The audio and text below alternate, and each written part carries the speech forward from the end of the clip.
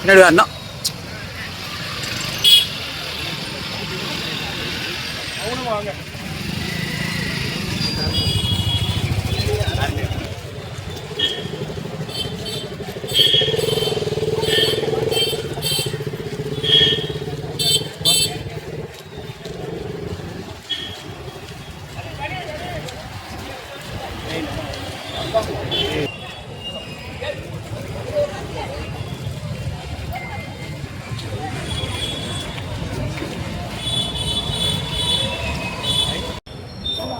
கொஞ்சம் பேரறிஞர் அண்ணாவின் புகழ், பேரறிஞர் அண்ணாவின் புகழ், ராஜ்யத் தலைவர் அண்ணாவின் புகழ்.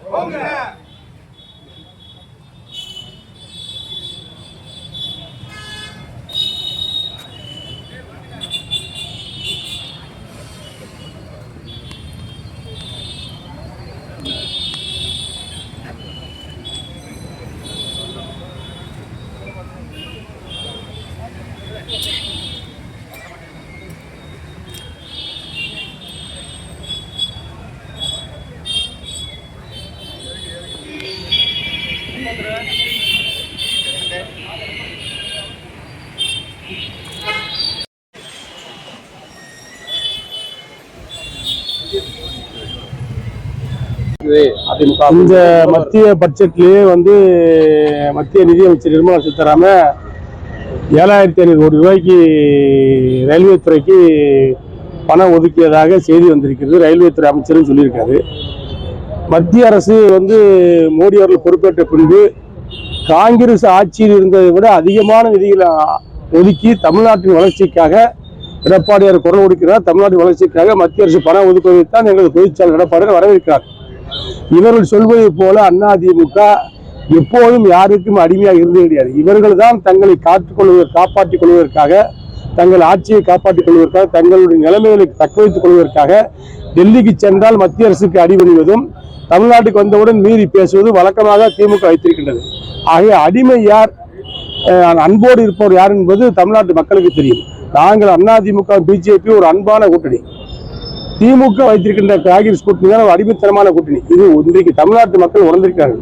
ஆகவே தேர்தல் நேரங்கள் இது போன்ற வதந்திகளை, இது போன்ற குற்றச்சாட்டுகளை சொல்வது திமுகவுக்கு வழக்கம். இதெல்லாம் மக்கள் ஏற்றுக்கொள்ள மாட்டாங்க. சிவகங்கையில விஜய் தொடர்ந்து அதிமுக ஊழல் கட்சி அப்படின்னு சொல்லி ஊழல் கட்சி அதாவது கனிந்த மரத்துல தான் கல்லடி விழுவும். கனிந்த மரத்துல தான் கல்லடி விழுவும். ஏன்னா அங்கதான் பழம் இருக்கு, அங்கதான் பறவைகள் வரும், அங்கதான் இலைப்பு வரும், அங்கதான் பழத்தை கொத்தி சாப்பிட வரும். அதை பற்றி தான் குறை சொல்வார்கள்.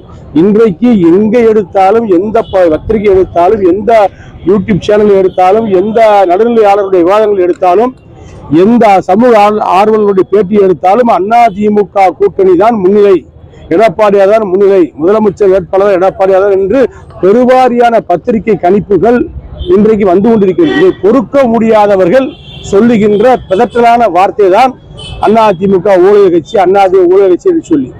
ஏன்னா எங்களுடைய பொருளாளர் திண்டுக்கல் சீனிவாசன் சொன்னதை போல திரைப்பட 200 ரூபாய் டிக்கெட்டை 2000 ரூபாய்க்கு விற்பவர்கள் எல்லாம் யோக்கியர்களை போல அதிமுக நாங்கள் என்ன தப்பானவர்களா? புரட்சித் தலைவர் எம்ஜிஆர் நடிகராக இருந்தார், அரசியலில் நடிக்கவில்லை, அரசாங்கத்தில் நடிக்கவில்லை. இன்றைக்கு வரக்கூடியவர்கள் நடிகராக இருக்கிறார்கள், அரசியலில் நடிக்கிறார்கள். அரசியலில் நடித்தால் நிச்சயமாக மக்கள் ஏற்றுக்கொள்ள மாட்டார்கள். நியாயமாக, நேர்மையாக, உண்மையாக நடந்தால்தான், அரசியலில் நடந்தால்தான் மக்கள் ஏற்றுக்கொள்வார்கள். இன்றைக்கு அதிமுக தலைவர் எங்களுடைய பொதுச்செயலாளர் எடப்பாடியார் உண்மையான கருத்துக்களை சொல்கிறார், உண்மையான நிலவரத்தை பேசுகிறார். மத்திய அரசு பட்ஜெட்டிலே நிதிநிலை தாக்கல் அறிக்கையிலே செய்திருக்கிற நல்ல திட்டங்களை வரவேற்கிறார். அதிமுகவுக்கும் பிஜேபிக்கும் கொண்டிருக்கின்ற உறவானது ஒரு நட்பு ரீதியான உறவாதான். தமிழகத்துக்கு தேவையான நிதிகளை மத்திய அரசிடமிருந்து கேட்டு பெறுகின்ற உரிமையும் கடமையும் உள்ள தலைவன் எடப்பாடியார். ஆகவே நாங்கள் யாருக்கும் அடிமையும் கிடையாது, அன்போடு கூட்டணி அமைத்திருக்கின்ற தலைவன் எடப்பாடியார். பட்டாசு தொழிலுக்கோ, தீப்பெட்டி தொழிலுக்கோ, அச்சய தொழிலுக்கோ ஒண்ணுமே சொல்லல. இல்ல நீ இதே மத்திய அரசு தான் பட்டாசு தொழிலுக்கு வந்து ஜிஎஸ்டி வரிய 28% 18% குறைத்தது.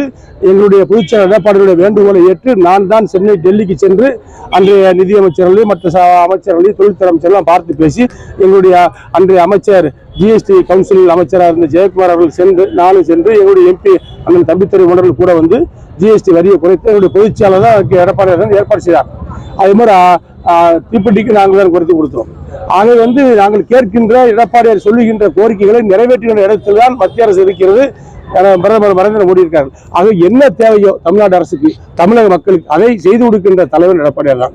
ஆகவே தமிழ்நாட்டினுடைய தேவைகளை பூர்த்தி செய்ய வேண்டும் என்று சொன்னால் மத்திய அரசினுடைய அனுகூலமான அணுகுமுறையோடு பழகக்கூடிய ஒரு பண்பாளர் தமிழ்நாட்டின் முதலமைச்சராக வர வேண்டும்.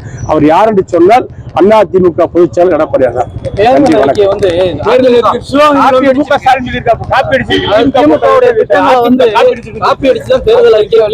2021 தேர்தலில் அதிமுக அறிவித்த தேர்தல் அறிக்கையை காப்பியடித்து தேர்தல் அறிக்கை விட்டு தனது மீடியா பலத்தால் அதை மிகப்படுத்தி காட்டியதுதான் திமுக. நாங்கள் அதிமுகவுடைய தேர்தல் அறிக்கையெல்லாம் தமிழ்நாடு முழுக்க இருக்கின்ற மக்களிடத்திலும் சமூக ஆர்வலர்களிடத்திலும் எங்களது தேர்தல் அறிக்கை குழு போய் பார்த்து பேசி அவருடைய கோரிக்கைகளை மனுக்களை பெற்று அதை பொதுச்செயலாளர் படித்து பார்த்து அதற்கான ஒரு தேர்வுக்குழு முடிவு செய்ததைத்தான் எங்களுக்கு பொதுச்செயலாளர் தேர்தல் வாக்குறுதியாக அறிவிக்கிறார். இதில் எங்கேயும் திமுகவுக்கு கிடையாது. திமுக கொடுத்த வாக்குறுதியில் எதையும் நிறைவேற்றவில்லை என்ற குற்றச்சாட்டில் இருந்து தப்பிப்பதற்காக திமுக ஓடுகின்ற நாடகம்தான் எங்களது கோரிக்கைகள் எங்களது அறிக்கைகள் என்று சொல்லுவதெல்லாம் மக்களை ஏமாற்றுவதற்கு. இனிமேல் தமிழ்நாட்டு மக்களை திமுக தலைவராலோ திமுக கட்சி தலைவர்களாலோ திமுக கட்சியாலோ ஏமாற்ற முடியாது. இந்த தேர்தல் திமுகவுக்கு மிகப்பெரிய தோல்வியை கொடுக்கும். அதிமுக மிகப்பெரிய வெற்றியை பெறும். எடப்பாடியார் முதலமைச்சராக வருவார்.